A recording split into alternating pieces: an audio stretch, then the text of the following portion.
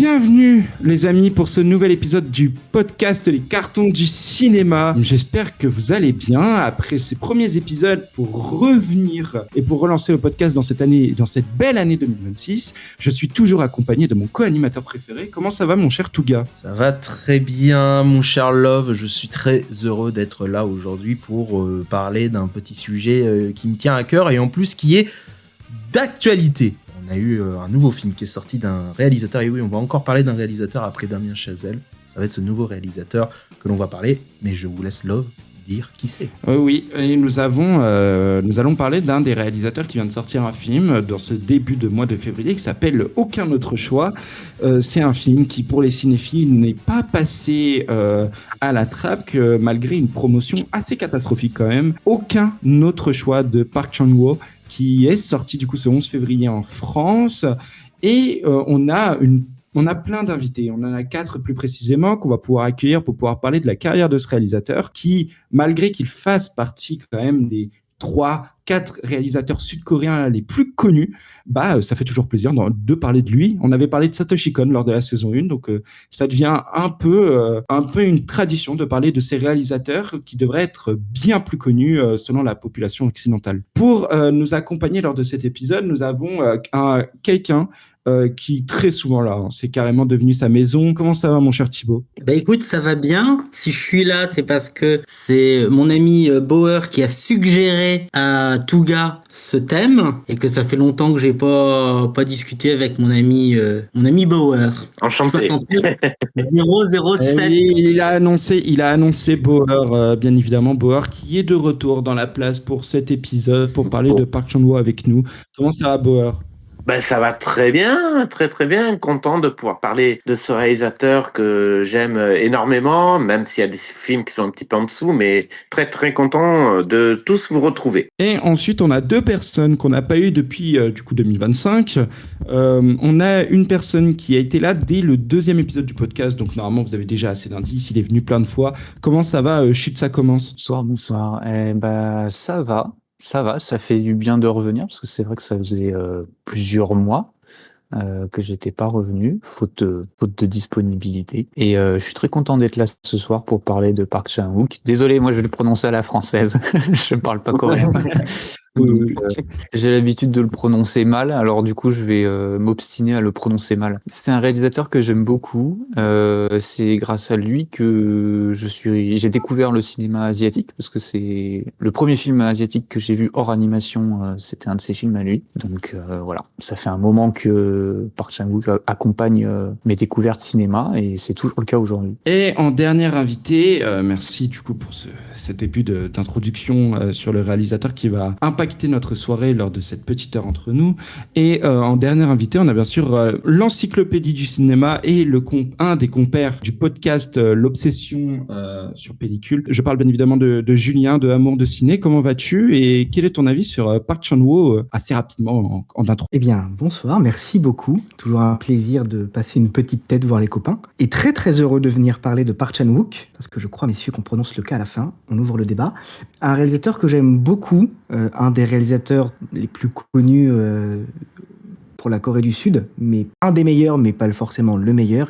Le cinéma sud-coréen est très très riche, mais très heureux de venir parler de ce réalisateur que j'affectionne beaucoup et que je trouve sa filmographie absolument passionnante. Tout ne se vaut pas, tout n'est pas du même niveau, mais globalement on est quand même sur de la haute pointure et de la haute voltige. Déjà pour commencer, j'aimerais vous poser la question déjà de qui sont les personnes qui ont déjà vu son dernier film Aucun autre choix. J'estime que ce serait une bonne porte d'entrée pour parler de ce réalisateur que de parler de sa dernière réalisation. Qui l'a vu, tout simplement, et qui veut donner son avis assez brièvement dessus. Il me semble pas que ça soit un film qui change de beaucoup de sa réalisation, mais qui appuie surtout sur les points où il est le plus fort, comme la mise en scène. Qui va en parler rapidement ? Moi je l'ai vu, je commence. Vas-y Touga, vas-y. Je l'ai vu aussi. Tout le monde a vu en fait, donc vous allez tous donner votre avis. Oui. Bon ça va être tranquille. Allez, vas-y, Touga, dis. Allez. Vas-y, donne ton avis. Donc du coup, alors déjà, c'était un des films que j'attendais le plus de l'année, bien sûr, hein, Park Chan-wook, c'est quand même un des réalisateurs qui m'a ouvert au cinéma asiatique et surtout au cinéma coréen, mine de rien, avec d'autres de ses films qu'on va en parler plus tard, Old Boy, Mademoiselle par exemple. Et donc, bien sûr, aucun autre choix était dans la liste des films que j'attendais énormément, notamment par le fait que il a une maîtrise de la mise en scène qui est quand même assez folle. Notre cher ami Park Chan-wook, et dans ce film il réussit toujours aussi bien à mettre en scène ce qu'il veut raconter, même si pour le coup le sujet du film diffère un petit peu plus de ce qu'on a vu de ses anciens films, un petit peu. On est sur une critique beaucoup plus sociétale, pour le coup, un peu à la Parasite de son compère Bong Joon-ho. Mais bien sûr à la patte Park Chan-wook. C'est un film qui globalement est réussi, bien sûr, même si je trouve que c'est peut-être un de ses moins bons films, notamment dû à certains problèmes de longueur. Certes, on a un rythme lent qui pose les bases, mais que je trouve qu'il prend trop de temps à mettre en place. On a aussi cet aspect de tension, hein, où on est vraiment dans le côté de la classe moyenne qui veut garder ses privilèges de classe moyenne et de garder ce statut social, mais on ressent pas trop cette obsession, côté de l'obsession qu'on ressent plus peut-être dans les anciens films de Park Chan-wook. Je ne l'ai pas retrouvé dans ce film. Malheureusement, ce côté-là, cette obsession de vouloir quelque chose à tout prix, et c'est un peu dommage, même s'il y a pas mal de scènes qui sont vraiment superbes et qui sont vraiment un peu espacées dans le film, ça n'aide pas pour autant à ce que ça soit vraiment un de ses meilleurs. Et aussi, dernier point, je disais en premier lieu que sa mise en scène était exceptionnelle, mais là, je trouve quand même que là, Park Chan-wook, dans ce film-là, à plusieurs reprises, j'ai l'impression qu'il a voulu en faire trop dans la mise en scène, dans ses transitions, dans la façon de montrer les images. J'ai l'impression qu'il y avait un peu du matu vu. Et des fois, c'était un peu brouillon. Ce qui est un peu dommage, je trouve, parce que je préférais plus quand il avait un peu plus de sobriété dans sa mise en scène. Et là, il y a certains moments où je me dis, ouais, c'est quand même un peu too much de mettre, certes, pas mal d'idées de mise en scène, mais mettre trop d'idées de mise en scène gâche un peu les scènes qui auraient mérité justement une mise en scène un peu plus simple, notamment, je spoilerai pas, mais à la fin du film, on ressent quand même pas mal d'idées qui sont jetées à la figure de mise en scène, et je trouve que ça fait un peu trop. Vas-y, Thibaut, tu voulais dire quelque chose sur le film brièvement. Est-ce que tu as quelque chose à rajouter sur Aucun autre choix? Oui, tout d'abord, c'est une adaptation d'un roman qui s'appelle Le Couperet, qui avait été déjà adapté par Constantin Costa-Gavras en 2005. Et ce que fait Park Chan-wook, je trouve que c'est de l'orfèvrerie. Il arrive avec le même sujet à faire un film complètement différent. Et moi, ce que j'aime énormément dans le film, c'est tout ce qu'il y a autour du capitalisme comme machine à broyer les humains. L'histoire, c'est un homme qui perd son travail, et pour survivre à cette société de dingue, il est obligé de tuer ses collègues ou ses concurrents. Le meurtre, oui. C'est pas par haine, c'est pas par vengeance personnelle, c'est uniquement pour récupérer le poste qui doit lui revenir à compétence égale. J'adore ce qui fait de la violence, parce qu'effectivement, on n'est plus dans un old boy, on n'est plus dans d'anciens films de Park Chan-wook. Là, on a vraiment une violence qui est plus calculée, plus maîtrisée. Franchement, j'ai beaucoup aimé le film. Et notamment, il y a une scène où il tente de tuer un de ses concurrents, qui se fait en musique avec une sorte de musique pop coréenne. Et la musique est en complet décalage de l'action. Voilà, j'ai beaucoup aimé. Oui, tu parles, je pense que maintenant, vu que l'épisode sortira pas jeudi, mais jeudi prochain, on peut en parler avec un peu plus de détails sans spoiler. Tu parles de la scène où il y a quelqu'un qui est sur le canapé et il y a une femme juste derrière. Oui. C'est cette scène-là que tu parles? Oui. Ah oui, c'est non mais cette scène-là, elle est sans géniale. trop dire non plus, mais pour ceux qui ont vu le film, vous comprendrez un peu plus la scène. Sinon, Bauer, est-ce que tu aurais d'autres choses à rajouter sur Aucun autre choix? Bah, on retrouve pas quand même, je trouve, la folie qu'on a dans Hot Boy ou dans Mademoiselle, qui est vraiment magnifique, aussi bien dans l'histoire, dans les scènes assez folles et dans l'esthétique. Là, on est plus sur un film assez classique, je trouve. Voilà, on n'a pas trop de surprises sur ce film-là. On n'a pas forcément un twist comme dans la plupart, on va dire. Là, on suit vraiment une route assez linéaire, mais la scène que parlait Thibaut, c'est vrai qu'elle est complètement folle. Et je trouve que c'est un de ces moments de folie les plus intéressants dans le film. Mais même le montage, Euh, le montage est dingue. Le montage, c'est vrai que un des gros points forts de Park Chan-wook, c'est le montage. C'est vrai que c'est un des réalisateurs qui s'appuie le plus dessus. Et pour revenir à cette folie, est-ce que Chut ça commence ou Julien, vous pourrez nous dire un peu plus, c'est quoi cette folie de Park Chan-wook? C'est quoi pour vous le cinéma de Park Chan-wook en vous basant sur votre visionnage d'Aucun autre choix, mais sur les autres potentiels films qu'on va aborder par la suite? Écoute, moi je pense que là, sur ceux qui ont vu Aucun autre choix, je dois être celui qui est là le moins apprécié. Pas autant que j'ai passé une mauvaise... J'ai pas passé un mauvais moment devant le film. C'est un bon film, et je rejoins un peu Touga sur ce qu'il a dit. Pour moi, c'est un de ses plus faibles, dans le sens où au niveau de la mise en scène, ça déborde. Il y a une quantité d'idées à la seconde. Donc c'est ça aussi un peu la folie de Park Chan-wook. C'est la quantité d'idées de mise en scène qui déroulent à la minute. Je trouve que dans ce film-là, pour 5 idées de mise en scène, il y en a quand même une ou deux, voire 3 parfois, qui sont de trop, et ça crée un déséquilibre par rapport au sujet et à la lenteur avec laquelle le scénario se déroule. Donc je passe un bon moment, pour autant je pense pas que ce soit un film qui me marquera à quelques scènes près, celle qui a été évoquée par Thibaut en tête, je pense. Et puis moi j'ai celle aussi, je n'en dirai pas trop parce qu'elle est à la fin, mais une scène autour d'un feu, une histoire de barbecue que j'aime beaucoup. Je pense un de ces films, alors c'est peut-être pas le plus faible parce qu'il y en a d'autres de lui où je trouve qu'on retrouve sa folie, mais il y a des problèmes de longueur. Je pense notamment à Thirst, Ceci est mon sang, qui est complètement barré sur le papier, mais qui a de grosses longueurs qui l'handicapent un peu. Toi, sinon, Julien, tu voudrais rajouter quelle manière, pour toi, c'est quoi le cinéma de Park Chan-wook? T'en penses quoi de ce cinéma coréen qui semble assez atypique dans sa forme quand même? Oui, bon alors du coup, tout a été à peu près dit sur le dernier film de Park Chan-wook, qui, malgré tout, qu'on l'apprécie, plus ou moins, capte toujours un peu cette patte qu'a le réalisateur, qui est énormément misé sur non seulement sa mise en scène, son montage, son cadrage surtout. Je trouve que le cinéma de Park Chan-wook, c'est un cinéma qui a un rapport au cadre qui est toujours très intéressant, que ça soit pour venir tordre les règles un peu conventionnelles ou venir appliquer des règles d'autres médiums au monde du cinéma. C'est un réalisateur qui, je trouve, pour les cinéphiles ou les personnes qui seraient amateurs ou amatrices de découverte, Park Chan-wook a toujours le don de surprendre au fur et à mesure de ses films, au fur et à mesure de ses idées, que ce soit en termes de mise en scène, de montage. Il y a aussi un style toujours quand même un peu sur l'humour un peu noir, qui est toujours un petit peu latent dans presque toute sa filmographie, qui fait que on a toujours une tonalité qui va être présente à un moment ou à un autre dans ses films, qui fait qu'on sait qu'on est dans un film de Park Chan-wook, qui encapsule un petit peu, je dirais pas tout le cinéma sud-coréen, mais qui a un peu, en effet, un facteur commun avec d'autres de ses comparses, notamment un peu Bong Joon-ho.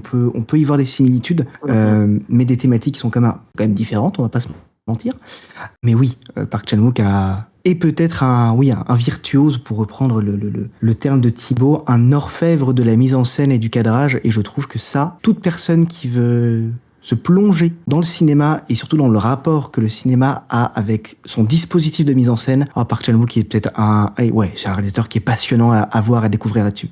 Moi, pour continuer sur ce que disait Julien, je trouve que déjà, oui, de son cinéma, c'est bien sûr un virtuose, un de ces génies qu'on n'en fait que très peu dans le cinéma, et que je suis content quand il prend son temps de faire un film qui lui plaît, parce que même dans les films les plus mauvais, il y a des qualités que certains réalisateurs adoreraient avoir.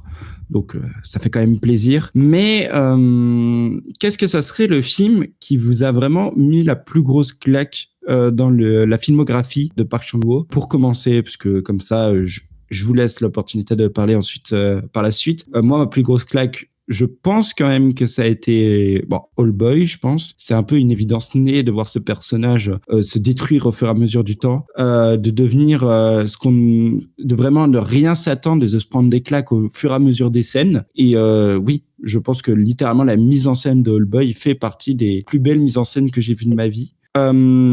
Sinon, toi, Bauer, ça serait quoi le film de Park Chan-wook qui t'a le plus marqué? Bah, déjà, c'est le film par lequel je suis rentré, on va dire, dans la filmographie de Park Chan-wook, c'est Old Boy. Moi, c'est comme toi, vraiment, j'ai eu un grand choc. Rien que par sa façon de réaliser ces scènes de violence qui sont vraiment efficaces, l'histoire qui est vraiment folle, la musique classique qui, tu disais, a des très très bons moments où l'émotion est vraiment à son sommet. Mais il y a aussi Mademoiselle qui m'a vraiment retourné le cerveau par son histoire qui est complètement folle aussi parce que on s'entend tous sauf à ça. Une histoire basique qui tombe vite dans quelque chose de vraiment imprévisible pour moi. Oui, Mademoiselle, qui est aussi un des piliers du cinéma sud-coréen, sans le moindre doute. Et j'aurais une question du coup pour vous tous, c'est déjà qui est rentré dans le cinéma coréen à travers le travail de Park Chan-wook? Parce que moi, c'était pas mon cas, mais je me dis que forcément, on va pas se mentir, hors animation, il y a que 2-3 réalisateurs qui font littéralement vraiment rentrer dans le cinéma sud-coréen. Je pense à Bong Joon-ho, moi ça a été ma porte d'entrée, Bong Joon-ho, mais Park Chan-wook, il y a qui est rentré à travers ses films dans le cinéma sud-coréen ici? Pour moi, ça a été ma porte d'entrée. Moi, je suis comme Bauer. Je suis comme Bauer. Je suis rentré avec Old Boy, qui a été une claque monumentale par son histoire, par la déchéance, comme l'a dit Bauer, du personnage principal, avec cette ambiance extrêmement glauque aussi. C'était ça qui était que j'ai adoré, avec ces idées de mise en scène qui étaient brillantes. C'était quelque chose d'inédit que je voyais et que je me suis dit en voyant Old Boy que je me dis comment les autres pays, les autres continents n'ont jamais pensé à ces idées-là. C'était assez exceptionnel. Et aussi le plot twist final qui est vraiment assez extraordinaire et assez traumatisant, et encore aujourd'hui je me souviens très très bien de cette fin, et de la première fois que je l'avais vu j'étais stoïque. J'avais même pas de réaction devant ça tellement j'étais choqué. Et vraiment, Old Boy, c'est vraiment une grosse part de mon envie de voir plus de cinéma asiatique. Et ça, c'est clair. Et de l'avoir commencé avec ce film-là, c'était quand même quelque chose d'exceptionnel. Pour moi, c'était aussi la porte d'entrée dans le cinéma coréen, même dans le cinéma asiatique tout court. C'est même pas un choix personnel d'avoir regardé ce film, c'est un ami qui me l'a fait découvrir à une époque où je consommais pas du tout, je regardais pas autant de films qu'aujourd'hui. Et après derrière, avec le temps, j'ai découvert d'autres, avec on va mettre au pluriel, d'autres Park Chan-wook, parce que c'est chacun de ces films, on sait jamais vraiment à quoi s'attendre. Bon, il y a la trilogie de la violence qui est quand même centrée autour d'une même thématique, mais tous ces autres films, on sait jamais trop à quoi s'attendre si on a juste le titre et pas de synopsis. Il peut verser dans la comédie comme il peut verser dans du fantastique, il peut verser dans du drame, dans des choses qui se raccrochent aux coutumes et coréennes. Je pense notamment à certains de ces courts-métrages qui sont très ancrés sur les célébrations autour de la mort. Et c'est vrai que si Old Boy a été ma première grosse claque de Park Chan-wook, je pense que Mademoiselle l'a été encore plus dans ce thriller un peu érotique, sulfureux, à twist, qui est un peu construit, si je me souviens bien, avec plusieurs points de vue. Ça fait un petit moment que je voulais le revoir il y a pas longtemps, mais il me semble qu'il y a un soupçon d'effet Rashomon quand même dans le il y a film. plusieurs points de vue, c'est ça. Donc oui, je pense que celui qui m'a le plus marqué de tous ceux que j'ai vus actuellement, je les ai pas tous vus, ça va être Mademoiselle. Et j'ai un petit coup de cœur, parce que je sais pas s'il sera évoqué là, et j'ai un petit coup de cœur pour Je suis un cyborg, qui est en termes de réalisation peut-être un sommet dans sa folie, aussi bien dans la mise en scène que dans le scénario et le jeu d'acteur. C'est les potards de la folie poussés à fond sur tous les plans. Donc voilà. Moi, je la fais très courte. Oui. Non, vas-y, continue. J'allais juste te D'accord. donner la parole juste après. Je la fais très courte. Moi, c'est mon médecin qui m'a ouvert la voie à Park Chan-wook. C'est très drôle parce qu'en fait, bon, donc je suis adopté, donc de Corée du Sud, et à une époque, j'étais que sur la France, la France, la France, la France, la France, la France. Et en discutant avec mon médecin, il me dit, mais en fait, t'as l'avantage, t'as la double culture. Bah, je te conseille, toi qui aimes le cinéma, de voir un film donc de Park Chan-wook qui était le JSA, Joint Security Area. Désolé pour mon anglais. Et j'ai visionné le film, mais j'ai adoré. Et ensuite, effectivement, ça a été All Boy avec le prix au Festival de Cannes et un petit peu comme tout le monde, Mademoiselle qui est pour moi un chef-d'œuvre. J'aime beaucoup Stalker avec Nicole Kidman. Le fait qu'il ait réalisé un film américain. J'aime moins Decision to Live. Je trouve qu'il y a une très très belle mise en scène, mais qui me paraît un peu vieillot, un peu voilà. On s'attend effectivement à tout ce qui se passe malgré la mise en scène. Voilà, moi. Park Chan-wook, j'adore. Et toi, Touga, est-ce que tu as eu le temps de dire c'était comment as-tu commencé le cinéma et quel est ton film préféré de Park Chan-wook? Ben, j'avais commencé avec Old Boy. Ça reste toujours mon Park Chan-wook préféré. Vraiment, Old Boy, comme je l'avais dit tout à l'heure, pour les différentes raisons que j'avais dit. Même si je mettrais sur un pied d'égalité Mademoiselle, hein, je pense que je suis pas très original, mais bon, quand même, Mademoiselle, c'est l'un des plus beaux films du XXIe siècle. Je le dis complètement.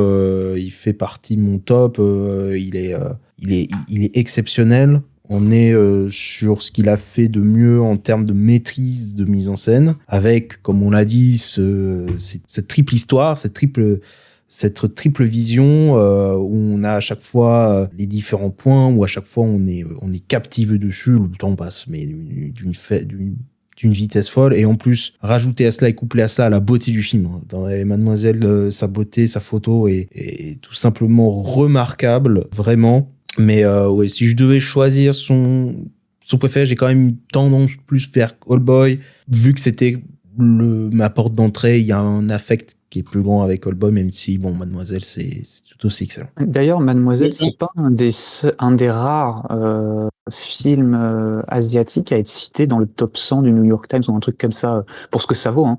Mais il me semble que c'est un des seuls à être relativement classé haut, je crois.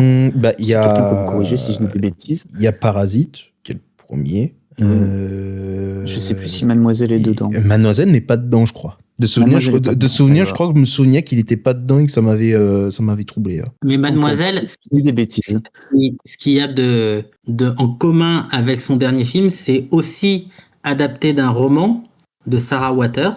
Et en fait, il a aussi transposé donc l'intrigue qui était dans l'Angleterre victorienne vers la Corée en 1930. Ça c'est très intéressant pour le coup, parce que on voit quand même qu'il y a un vrai travail d'adaptation derrière certains films quand même, à travers le travail de Park Chan-wook. Et j'ai plus l'impression quand même que Park Chan-wook essaye de faire quelque chose de plus humain, de moins fantastique que plutôt ses autres camarades de cinéastes sud-coréens. Parce que je suis pas complètement d'accord. Dans le sens où les sujets qui traitent en fond, à quelques exceptions près, sont des sujets de société, comme ses collègues coréens.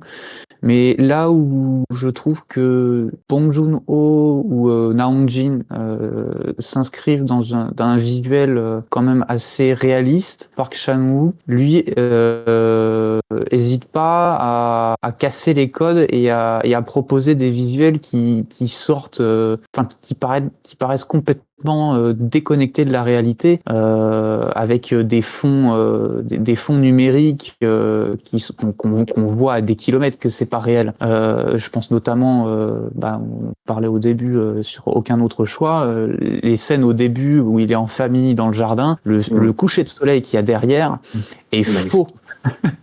Et ça se voit. Et je trouve que justement, c'est une de ses signatures à lui, c'est de pas hésiter à faire à ajouter du numérique qui se voit, et pourtant ça a toujours un peu son charme. Il n'y a pas trop ça chez les autres réalisateurs. Enfin, je pense dans Decision to Live, c'était l'ascension d'un sommet. Pareil, il y avait énormément de numérique ou d'effets pratiques. Je ne saurais pas exactement dire. Et il y en a aussi. Donc, je le citais tout à l'heure. Il y en a dans Je suis un cyborg. J'ai pas vu Stalker, donc je saurais pas dire. Il y en a moins, peut-être les plus terre à terre, et ceux qui se rapprochent plus d'un réalisme complet, ça va être la trilogie de la violence. Mademoiselle aussi a un côté, alors moins tape à l'œil dans les effets, dans mes souvenirs, quand même avec une grosse dose d'onirisme qui font remettre en question ce qu'on voit. Après, c'est un avis personnel, puis comme j'ai pas tout vu, je pourrais pas... Non, mais bien sûr, mais ça reste ton avis quand même. Mais moi, ce que je disais, c'était plus sur... il utilise moins de fantastique. Par exemple, Bong Joon-ho, quand il fait Snowpiercer, j'arrive jamais à le prononcer. Snowpiercer. Le transpersonnage, voilà, on va le dire en français. Mais ce que je veux dire, c'est que tout l'univers qu'il y a autour est fantastique, mais le sujet est très humain. Oui, d'accord. Oui, mais tout à alors fait. que, par exemple, un Decision to Live, c'est une scène qui peut très bien se passer dans la vie. C'est inversé, du coup, par rapport à Bong Joon-ho. Bong Joon-ho fait de la science-fiction avec des visuels très réalistes, et Park Chan-wook fait du réalisme, mais avec des visuels plus oniriques, plus SF. Et c'est pour ça que je trouve que leurs deux cinémas sont très complémentaires, et que c'est pour ça que j'aime autant en apprécier l'un avec l'autre. C'est-à-dire que quand je vais voir... Pardon. Vas-y. Snowpiercer, c'est une adaptation d'une bande dessinée. Donc il y a tout l'univers graphique qui est déjà créé dans la bande dessinée. Oui, mais est-ce que Park Chan-wook aurait décidé d'adapter cette BD alors que non, il l'aurait clairement pas fait, alors qu'il a adapté le livre qui a servi à Aucun autre choix. Tu vois, c'est chacun leur style, chacun leur méta, ce qu'ils savent faire, ce qu'ils savent produire, et c'est ce qu'ils savent reproduire aussi. Et je suis sûr que quand il va faire je saurais jamais le dire, le transpersonnage, Bong Joon-ho, quand il va faire ce film, il sait qu'il peut le faire, et il sait qu'il va y mettre sa patte. C'est une adaptation qu'il peut réaliser lui, parce que ça colle parfaitement à la patte de ce réalisateur. Tu comprends ce que je veux dire ? Oui, tout à fait. Et c'est pour ça que je me dis que justement, c'est pour ça que je trouve ça très complémentaire. Et en même temps, je trouve que le cinéma sud-coréen est très complémentaire avec le cinéma de Bong Joon-ho, par exemple, qu'on va voir d'autres réalisateurs et d'autres films. Par exemple, vous allez m'aider. Il s'habille en enfant et s'habille au diable. Non, le film. Il s'habille en enfant et s'habille en diable avec Nakito, je crois, en réalisateur. J'ai rencontré le diable. C'est ça. J'ai rencontré le diable. Ah, il est terrible ce film. Voilà.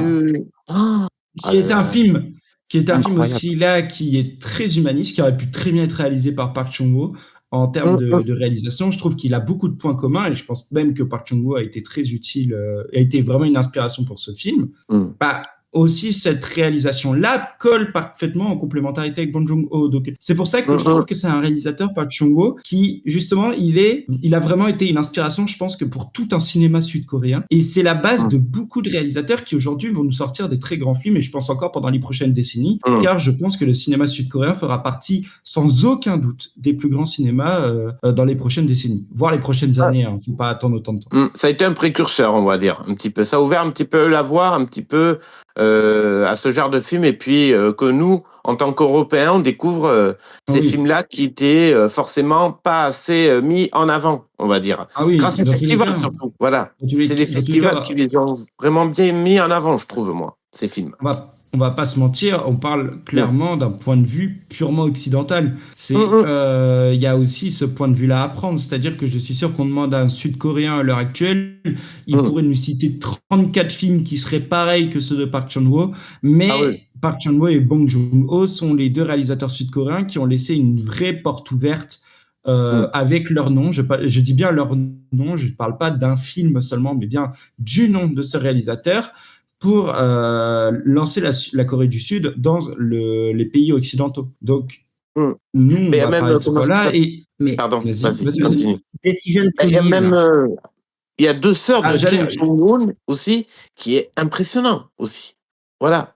Ça a bien ouvert un petit peu le cinéma coréen aussi, avec ce film-là, Deux sœurs. C'est vrai, c'est vrai. Pour revenir à Park Chung-ho, il y a le film qui est le plus décrié. Je ne sais pas pourquoi, parce que moi j'ai adoré ce film, c'est Decision to Live. Qu'est-ce que vous en pensez?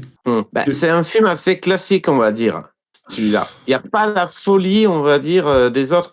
On pense un petit peu, alors peut-être sur l'histoire, un petit peu à Basic Instinct, un petit peu cette relation de l'enquêteur qui tombe, on va dire, amoureux de la suspecte, on va dire. Même si Ouais, la mais moi, scène je de trouve... fin, elle est exceptionnelle, je trouve, la scène de fin. Ouais, mais tu vois, c'est ce genre de film que je trouve pas déconnant, honnêtement. Hum. Je trouve que c'est un film bien plus calme, et là où le réalisateur tente quelque chose de beaucoup moins dynamique, et je trouve que ça a beaucoup plus être contemplatif. Et Moi, je trouve que le propos, il est...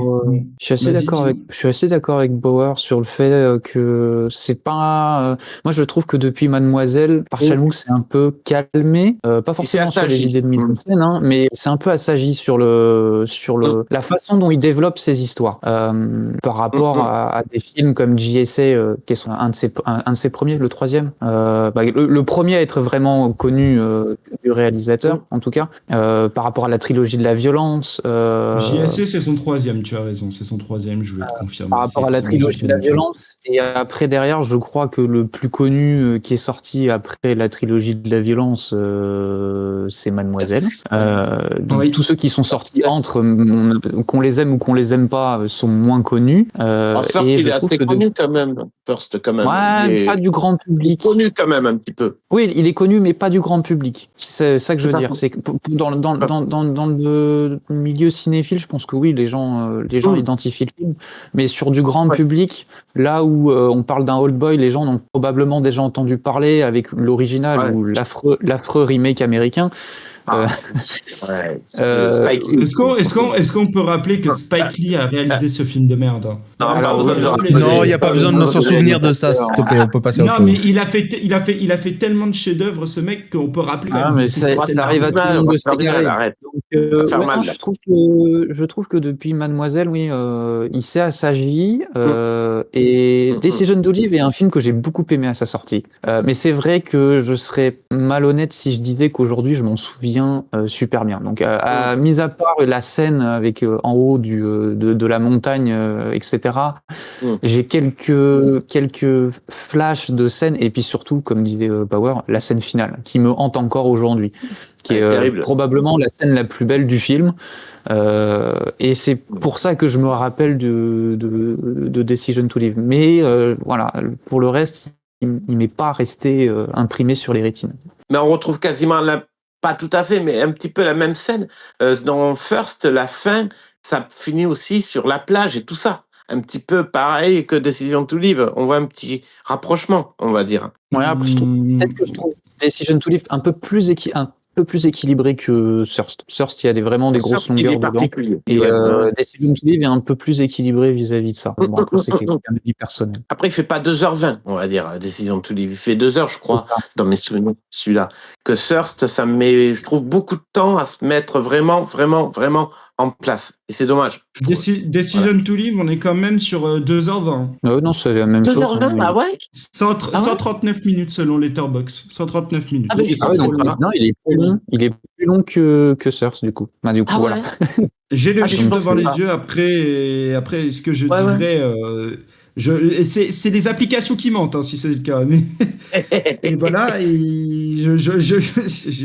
et Thirst, du coup, c'est ça que vous me disiez, fait 134 minutes. Thirst est plus court. De 5 minutes, mais il est plus court. Mais donc, dans le ressenti, plus long, je trouve, dans celui-là. Oui. À la différence d'un Old Boy qui fait 2 heures. Par contre, Mademoiselle est plus long. Mademoiselle est plus long. Mais on voit pas le temps passer. Donc, c'est beau. Donc, c'est beau. Et est-ce que vous voulez savoir une anecdote drôle? Aucun autre choix dure autant de temps à la minute près que Decision to Live, générique compris. Ah ouais 139 minutes les deux, voilà. C'est après, voilà, ça me faisait plaisir de dire l'anecdote, j'étais content. Bon, ça va pas plus loin. J'étais en train de regarder les infos au cas où si je devais revérifier en même temps. Et j'ai vu que les deux faisaient la même nombre de minutes. Donc, ça fait plaisir. Mais je préfère quand même Decision to Live à aucun autre choix d'assez loin pour le coup. Mais est-ce que à l'heure actuelle, Park Chan-wook, il devient pas trop assagi à votre goût? Est-ce que vous voulez pas qu'il reprenne une seconde jeunesse, comme pourrait-on dire? Non, je pense qu'il faut attendre de voir. Il a pas fait tant de films que ça. C'est déjà un réalisateur coréen qu'on connaît, que les gens identifient dans le monde entier. Enfin, il a pas réalisé tant de films que ça. Il en a réalisé une douzaine de longs métrages. C'est pas beaucoup. Je connais pas son âge en revanche, donc je sais pas s'il a commencé tard ou. Il a la soixantaine. 69 ans. Il a commencé en 92. Donc si tout se passe bien, il peut encore nous sortir des pépites pendant 15 ans, on va dire, en étant sur un minimum. Donc je pense qu'il peut très bien être dans une passe où il a envie d'expérimenter des choses différentes et puis revenir avec... comme je disais, à chaque fois qu'il sort un film, on sait jamais trop sur quoi ça va être. Donc on n'est pas à l'abri qu'il retrouve un peu plus de folie d'antan dans son prochain film. Dans tous les cas, Park Chan-wook, il est à ce moment, il est plus concentré aussi sur sa série The Sympathizer, qui est un énorme succès en Corée du Sud. Ah ouais, d'accord. Où il réalise 2-3 épisodes par saison. Les épisodes, c'est 8. Et je sais qu'il a réalisé quelques épisodes de la première saison. Donc, il faut se dire qu'aussi, il a réalisé les 3 premiers. Donc, il faut se dire aussi qu'il y a des choses qui, malheureusement, on ne le sait pas, mais il fait des choses aussi que en Corée du Sud. Et c'est assez dommage pour nous. Mais du coup, cette série, la Sympathizer, qui est notée 4 étoiles sur 5 sur Allociné, apparemment, ça a l'air d'être le banger de Corée du Sud. Mais c'est dommage que ce genre de réalisateur, on ne puisse pas savoir ce qu'il en fait, en fait, au niveau des séries et autres. Et ça arrive à beaucoup de grands réalisateurs de réaliser 1 ou 2 épisodes de série. Et apparemment, lui, il a sa série à lui, donc actuellement, qui est actuellement en tournage de la saison 2, on m'annonce. Donc il doit s'occuper sur ça. Et il a son premier film, c'est 92, comme je disais. Donc on est quand même sur 12 films en 30 ans. Si on part sur un principe de mathématiques, si en 12 films en 30 ans, il reste plus que 6 films de Park Chan-wook. Donc il faudra les apprécier. Et encore, on dit c'est beaucoup, ça dépend, hein, parce que s'il te fait plein de Decision to Live, tu vas pas aimer. Hein. Oh, ça va tirer sur le moment, mais on peut pas faire une carrière avec 40 films qui sont tous des chefs-d'œuvre. Enfin, c'est vrai. Je dis peut-être des bêtises, je connais pas tous les réalisateurs, mais pour moi, il y a toujours un moment où tu accroches. Je suis entièrement d'accord avec toi. Il faut bien un flop. Il y a combien de réalisateurs qui ont une filmographie parfaite? Ça n'existe pas. Non, c'est pas. Tous ceux qui diront le contraire sont soit amoureux des cinéastes, soit pas objectifs. En tout cas, pas objectifs. C'est vrai qu'il y a. Même en étant objectif, même si on est objectif, même en étant subjectif, on peut. Je sais plus ce que je voulais dire. Ça veut absolument rien dire ce que je suis en train de dire. Désolé. Et toi, Julien, du coup, pour revenir sur toi, est-ce que tu pourrais nous dire déjà ton film préféré de Park Chan-wook? Qu'est-ce qui t'a fait vibrer dans ce film? Et surtout, est-ce que pour toi, avec l'âge, son cinéma peut pas l'inverse de se moderniser finalement, s'assagir pour être un cinéma qui peut moins nous plaire qu'à l'heure actuelle? Beaucoup de questions en une, mais on va essayer d'y répondre rapidement. J'adore t'harceler de questions, mon cher Julien. J'adore.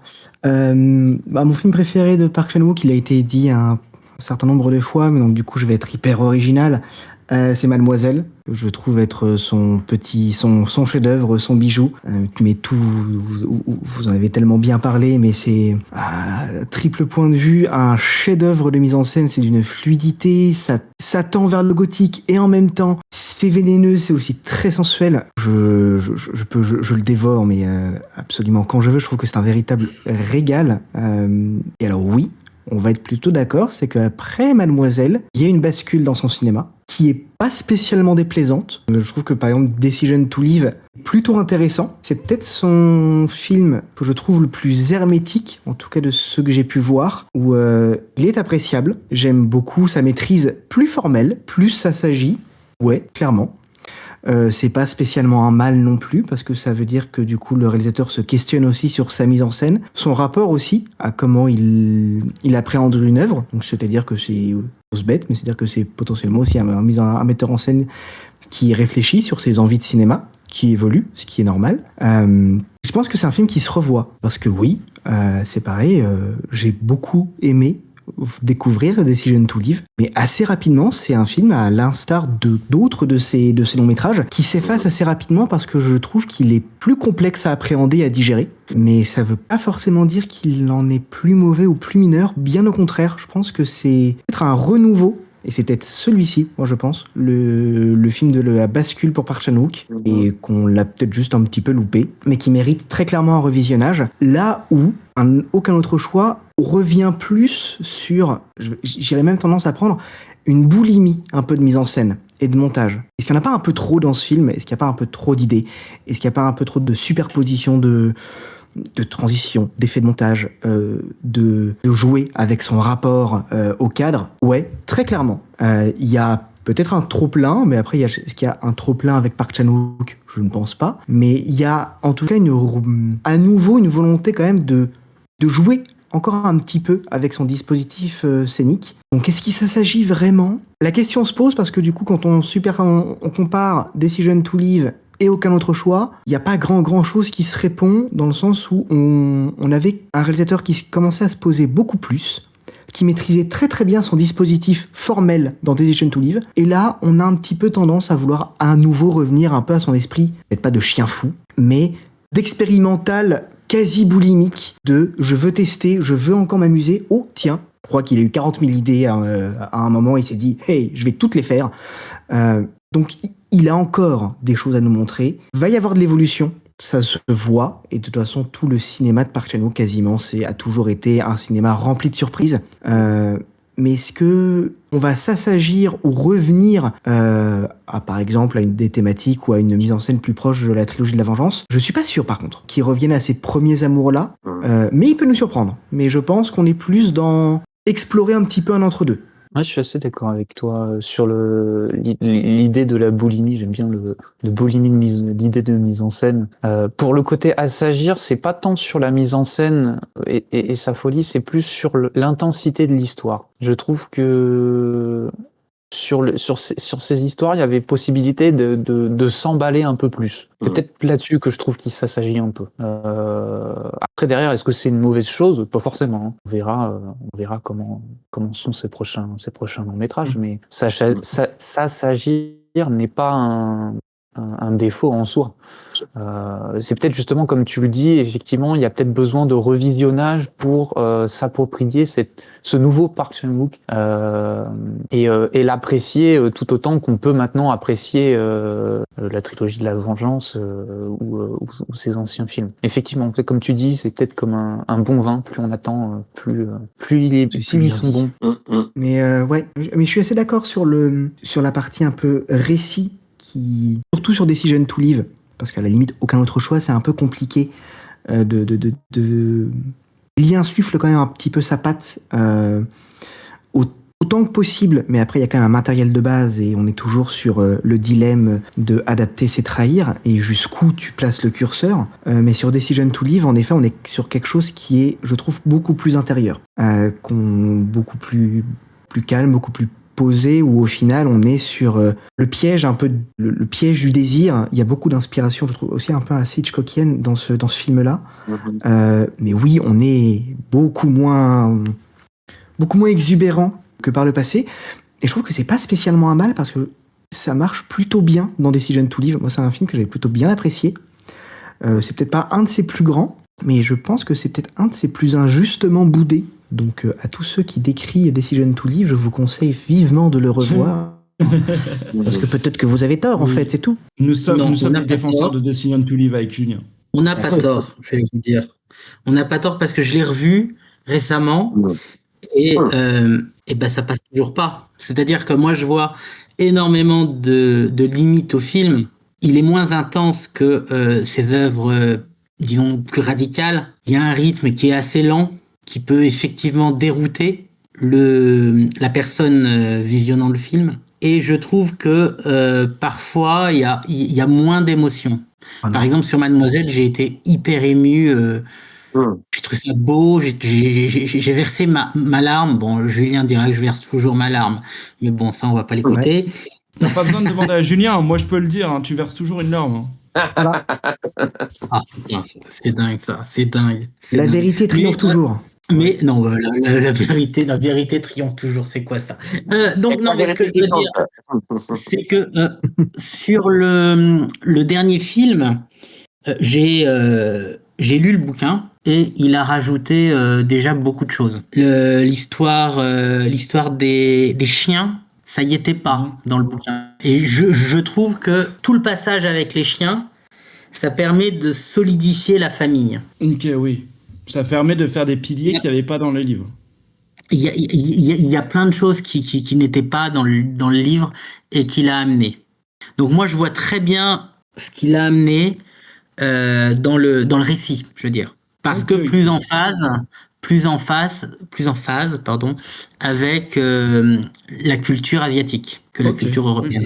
C'est ce que j'allais dire. Les rajouts sont surtout faits pour mieux transposer le récit originel, qui est un récit occidental, vers la société asiatique. Donc les choix et les rajouts se comprennent complètement, parce que du coup ça nous permet de mieux nous immerger dans toutes les conséquences intimes, familiales et sociétales de la perte de l'emploi et de tout ce qui va pouvoir en découler derrière. C'est une trahison, mais qui est totalement utile. Oui, tout à fait. Et puis, pour revenir à Decision to Live, il a quand même eu le prix de la mise en scène au Festival de Cannes. C'est-à-dire que j'ai l'impression qu'à chaque fois que Park Chan-wook vient à Cannes, il repart avec un prix. Hein, le grand prix pour All Boy, et puis ce prix pour Decision to Live. Et pour Mademoiselle, il avait été présenté à Cannes. Il n'a rien eu à Cannes. Non, il a rien eu. Il a rien eu à Cannes pour Mademoiselle. C'est injuste. C'est trop injuste. Oui, c'est vraiment injuste. Alors, je me souviens plus ce qu'il y avait à côté en compétition avec Mademoiselle, mais sur le prix de la mise en scène, c'est totalement justifié. Lorsqu'il a reçu le prix, j'étais très content. Maintenant, c'est à côté de la mise en scène. Bon, bah voilà, j'accroche moins. Mais je ne suis pas le seul. Qui avait eu la Palme d'Or, je crois, cette année-là. En 2022. Ouais, 2022. Oui, ouais. Que Spike Lee, il avait fait la boulette, qu'il avait dit direct que c'était Alpha qui avait eu la Palme d'Or. Julien Ducournau. Exactement. Et je dois dire que j'ai revu Mademoiselle au ciné-club au Balzac, sur le nouveau ciné-club de Laura et de Victoire. C'était une très belle soirée. Ah ben c'est sûr. Donc là, on va pouvoir terminer. Je pense qu'on a eu le temps de parler de beaucoup de choses. Quelqu'un voudrait rajouter quelque chose? Les dernières paroles du film. Ouais, si c'est possible. Vas-y. J'aimerais bien rebondir déjà sur ce qu'a dit Thibaut, sur le fait que lui a moins accroché sur Decision to Live, comme nous, on aurait pu moins accrocher sur d'autres films qu'il a plus apprécié. En fait, c'est ça que je trouve intéressant avec Park Chan-wook, c'est pas parce qu'on n'a pas aimé un de ses films qu'il faut s'en éloigner. Et au contraire, il faut aller découvrir ses autres films. Parce que, bon, je me répète, hein, je suis un vieux disque rayé, tout est différent. Alors il y a des thématiques qu'on retrouve quand même, et il y a sur le fond, sur la forme aussi, on retrouve énormément de choses, mais dans les idées qu'il aborde dans ces films, il y a de tout. Donc c'est pas parce qu'on n'a pas aimé Old Boy ou on n'est pas trop fan des films qui débordent de violence qu'il faut pas regarder d'autres films de Park Chan-wook. C'est pas parce qu'on a trouvé Decision to Live trop calme qu'il faut pas regarder d'autres films de Park Chan-wook. C'est pas parce qu'on n'aime pas la folie et l'énergie je vais le reciter parce que je l'aime vraiment beaucoup, de Je suis un cyborg, qu'il faut pas regarder d'autres films de Park Chan-wook, parce qu'on passerait à côté de films hyper sensuels comme Mademoiselle. Bon, je pense que c'est quand même un de ceux qu'on voit en premier quand on découvre son cinéma. On passerait à côté de ce côté très calme, un peu comme l'eau qui coulerait le long d'une rivière de Decision to Live. On passerait à côté d'énormément de choses. Je pense qu'il faut vraiment pas. On passera à côté.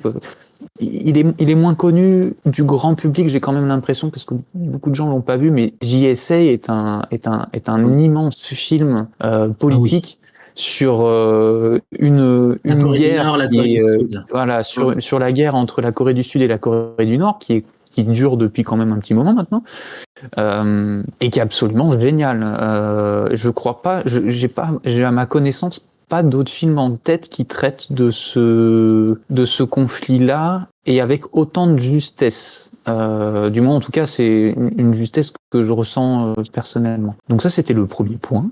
Et le deuxième point, c'est j'aimerais faire passer un tout petit coup de surligneur sur 2 courts-métrages. Alors, il en a fait un peu plus. Il en a fait 2 qui sont disponibles sur YouTube en cherchant, en général, sous-titrés en anglais. Et après, pour la qualité, peut-être qu'il faut repasser.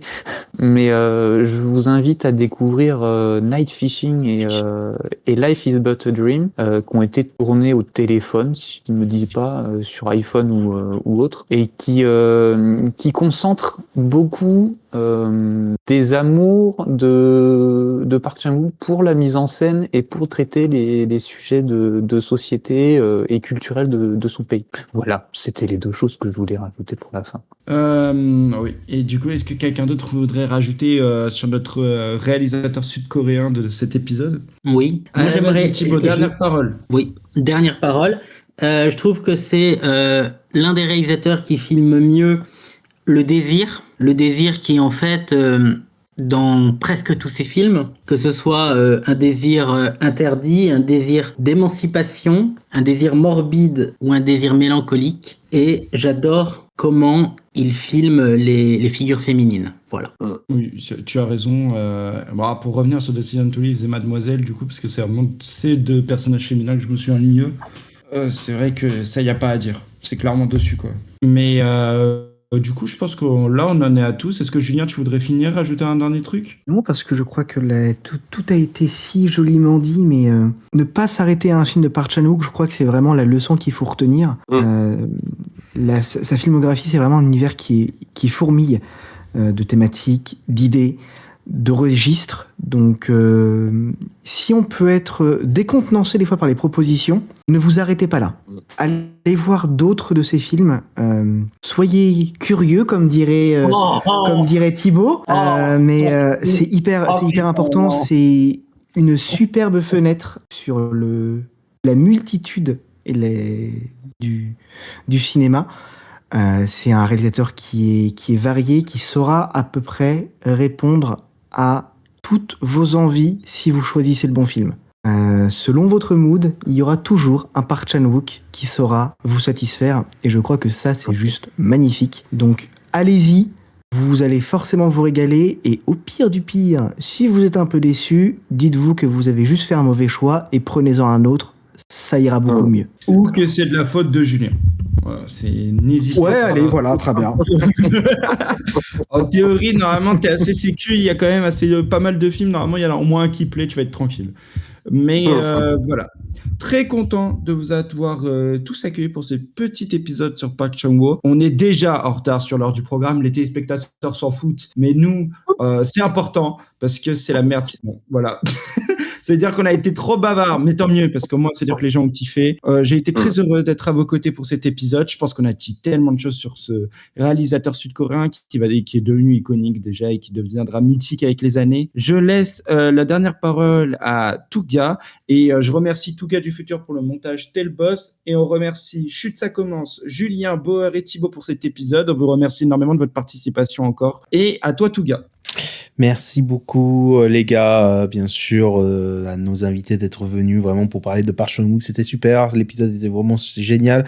On n'a pas vu le temps passer, hein, ça fait plus d'1 heure déjà que l'épisode a commencé, mais bon, on apprécie bien sûr, mais le Touga du futur ne va moins apprécier le montage. Mais bon, en réalité, la discussion était quand même très très bonne, donc je vais prendre du plaisir en tout cas.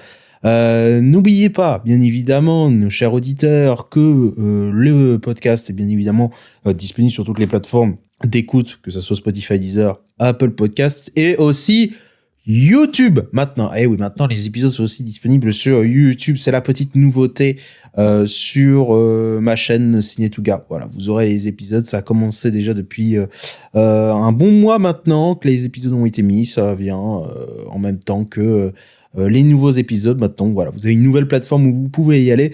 En tout cas, n'hésitez pas à y aller, à mettre votre petit like et aussi à mettre des commentaires, bien sûr, sur ce que vous avez pensé de cet épisode. Et bien évidemment, Quel est votre film préféré, par exemple, de Park Chan-wook? Voilà, je vous pose la question. Celui qui vous a le plus marqué, quel a été le premier film que vous avez vu, et aussi une petite critique de son dernier film. Bien évidemment, ça serait tout aussi intéressant. Sur Spotify, on n'oublie pas les 5 étoiles. C'est très important, les 5 étoiles, bien évidemment. Et n'hésitez surtout pas à partager au plus grand nombre. Donc, que ce soit à vos amis, à vos familles, à des gens dans la rue. Voilà, tout le monde y passe pour que tout le monde connaisse ce podcast, bien évidemment. En tout cas, moi, je vous donne rendez-vous avec Love la semaine prochaine, le jeudi, comme d'habitude, à midi. Et sur ce, moi, je vous dis à la prochaine. Bye tout le monde!